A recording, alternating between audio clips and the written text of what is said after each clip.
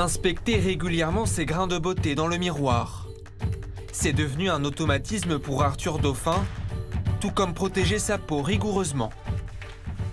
À partir du printemps, ouais, quand il y a les rayons de soleil et les UV, toujours du coup avoir une protection solaire. Il a eu un mélanome dans le dos, diagnostiqué il y a 3 ans. Le trentenaire a ensuite dû se faire opérer pour retirer la tumeur. Depuis, il reste très vigilant sur le moindre changement d'aspect de ses grains de beauté. Moi, dès que je vois quelque chose qui est vraiment nouveau, qui a beaucoup bougé, faut que du coup, j'en réfère tout de suite du coup au médecin.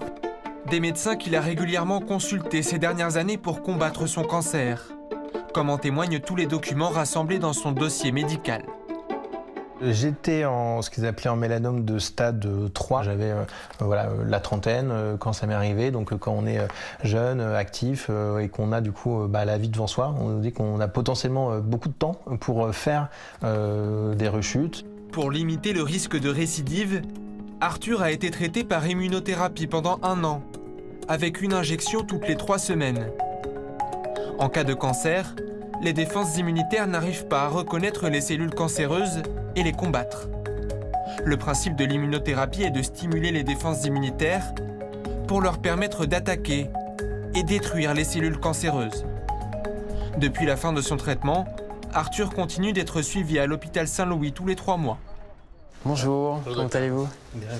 Je vous en prie, installez-vous. À chaque fois, il doit faire une batterie d'examens pour vérifier son état de santé. Je vous ai ramené Super. l'IRM cérébral et c'est tout. Ouais, moi j'ai le scanner qui me montre que tout va bien. Donc je vous ai imprimé ça juste avant que vous arriviez. L'oncodermatologue examine méticuleusement sa peau. Je vérifie également si les cicatrices sont toujours aussi belles, s'il n'y a pas de récidive locale ou à distance. Dans ce service, l'immunothérapie est le traitement privilégié pour soigner les mélanomes. Elle peut provoquer quelques effets secondaires, comme de la fatigue, ou encore une dépigmentation de la peau, mais reste nettement moins invasive que la chimiothérapie. La chimiothérapie, qui est une sorte de bombe nucléaire qui va détruire toutes les cellules qui se divisent rapidement, y compris les cellules saines. L'immunothérapie, elle ne va pas jouer directement contre la tumeur, mais pour le système immunitaire du patient. Pour Arthur, l'immunothérapie a fonctionné, mais il continuera à être suivi par les équipes médicales toute sa vie. C'est quelque chose avec lequel il faut vivre finalement. Mais donc voilà, ça se passe bien à l'hôpital avec l'équipe. Pour l'instant tout va bien, donc on croise les doigts pour que ça continue comme ça. Les cancers de la peau pourraient être mieux soignés à l'avenir grâce à un vaccin thérapeutique. Selon des premières études, il diminuerait le risque de récidive de 49%. Alors, professeur, l'idée, c'est de surveiller ces grains de beauté, mais parfois, les grains de beauté sont placés à des endroits qu'on ne peut pas voir, dans le dos, derrière les oreilles. Donc, qu'est-ce qu'on peut faire pour ça? C'est pour ça qu'il faut avoir des photos de sa peau. Il faut que tout le monde ait des photos de son corps. Pas des gros plans, parce que sinon, on ne peut pas repérer la taille, mais, et pas non plus la peine de les refaire, mais des photos, par exemple, le tronc, en haut, en bas, de face, de profil, de chaque profil de dos. Cuisse, c'est pareil. Ça fait une 15aine de photos et on a ça dans son téléphone ou sur papier. Et quand on va voir le dermatologue, parce qu'on a entendu l'émission sur le mélanome et qu'on se dit « Oh là là, mais je suis sûre que ça c'est un mélanome », on appelle le dermato, il vous dit « Mais vous l'avez depuis quand ?» Et si on est là avec ces photos, il y a 3 ans, c'était pareil, ça va. C'est hyper important. Et que valent les applications? Il y en a qui promettent oui, de dire que c'est intéressant, c'est super intéressant. Alors, il y a des risques aussi parce qu'on va se focaliser sur une lésion. Donc le patient il n'est pas examiné. Ça Peut-être que lui il s'inquiète parce que c'est gros, c'est bombé, c'est poilu, mais c'est pas ça. Donc ça remplace pas quand même quelqu'un qui vous regarde de temps en temps. Mais ça fait des progrès, il faut pas le nier. Professeur, je vous propose qu'on réponde aux questions de nos téléspectateurs. Florence qui nous dit comment ça se fait qu'avec une crème indice 50, eh bien, elle prend quand même des coups de soleil? C'est qu'elle doit pas la mettre super bien. Florence. On la salue, vous avez votre réponse. En tout cas, pas suffisamment. Moi, j'ai fait une pas étude assez un jour. régulièrement. J'ai demandé à des femmes de se mettre la crème comme si elles allaient à la plage. En plus, elles s'appliquaient parce qu'elles étaient testées. Elles payaient pas la crème parce qu'on leur donnait. Et après, on a fait des photos. Donc, c'était une crème UVA, UVB. Il faut toujours faire des crèmes. Utiliser des crèmes qui protègent aussi vis-à-vis des UV plus longs, les UVA.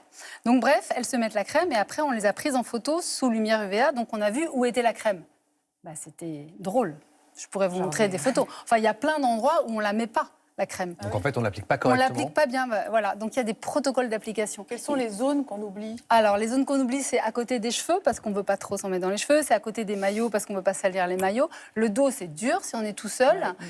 On avait fait des petits schémas. Il y a des zones souvent oubliées. Les oreilles, attention. Les dessus des pieds, attention.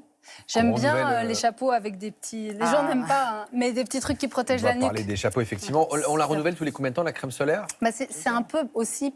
Elles sont assez rémanentes, les crèmes, si on met la bonne quantité. Quand on calcule l'indice de protection, on met une quantité standardisée. Mais nous, quand on se la met, on met 4 fois moins que cette quantité-là, en moyenne. Donc l'indice, déjà, vous le divisez par 4. C'est pour ça qu'il faut des indices forts. Et comme on loupe des endroits... Le fait d'en réappliquer, il me fait rire, le fait d'en réappliquer, Donc, faut en mettre ça plus. rattrape un peu. Ouais. Mais bon, je vais vous dire, les vêtements, c'est beaucoup mieux que les crèmes. Hein. Alors justement, on parlait des vêtements anti-UV, des protections, et on a également les chapeaux. Ah bah Donc là, j'ai un oui. chapeau pour aller peut-être à la pêche, Il est bien, rime à il une est super. casquette, Il est super. votre petit chapeau. bob pour Clémentine, et je ne sais pas ce que vous Moi, il avez... sert à rien. Moi, je sais pas ce que j'ai Ah, non si, plus. quand même. Oui, mais vous avez. C'est bien d'avoir les cheveux longs, ça protège. Ah, bon. Et Mais la attention, casquette attention, les hommes chauves aussi. Moi, j'ai deux leitmotifs. C'est les photos du corps et les hommes chauves, protéger votre tête. Parce que nous, on passe notre vie à enlever des cancers de la peau sur les têtes des gens qui, tous les jours, ont pris. Donc une personne chauve, elle met quoi comme sur la tête? Est-ce Bah, qu'une elle casquette, c'est OK? De la crème. Bah oui, mais attention les y a les oreilles, oreilles, attention la ouais. nuque. Donc, soit elle n'a pas envie de mettre ça tous les jours, je comprends, hein, quand même, faut pas. Oui, c'est on difficile. comprend, oui. Elle se met bien la crème, plus un chapeau, une casquette, ouais. Et les t-shirts en coton ou t-shirts anti-UV? Alors, on n'a jamais pris de coup de soleil sous un t-shirt en coton. Donc, anti-UV, oui, quand on est à la mer et qu'on veut se baigner et que ça sèche vite, c'est super utile. C'est textile anti-UV. Et puis, ça peut faire des manches longues, ça peut être assez joli. Mais une robe ou un t-shirt anti-UV, sauf si vous mettez des dentelles, si vous avez un coton, ça protège.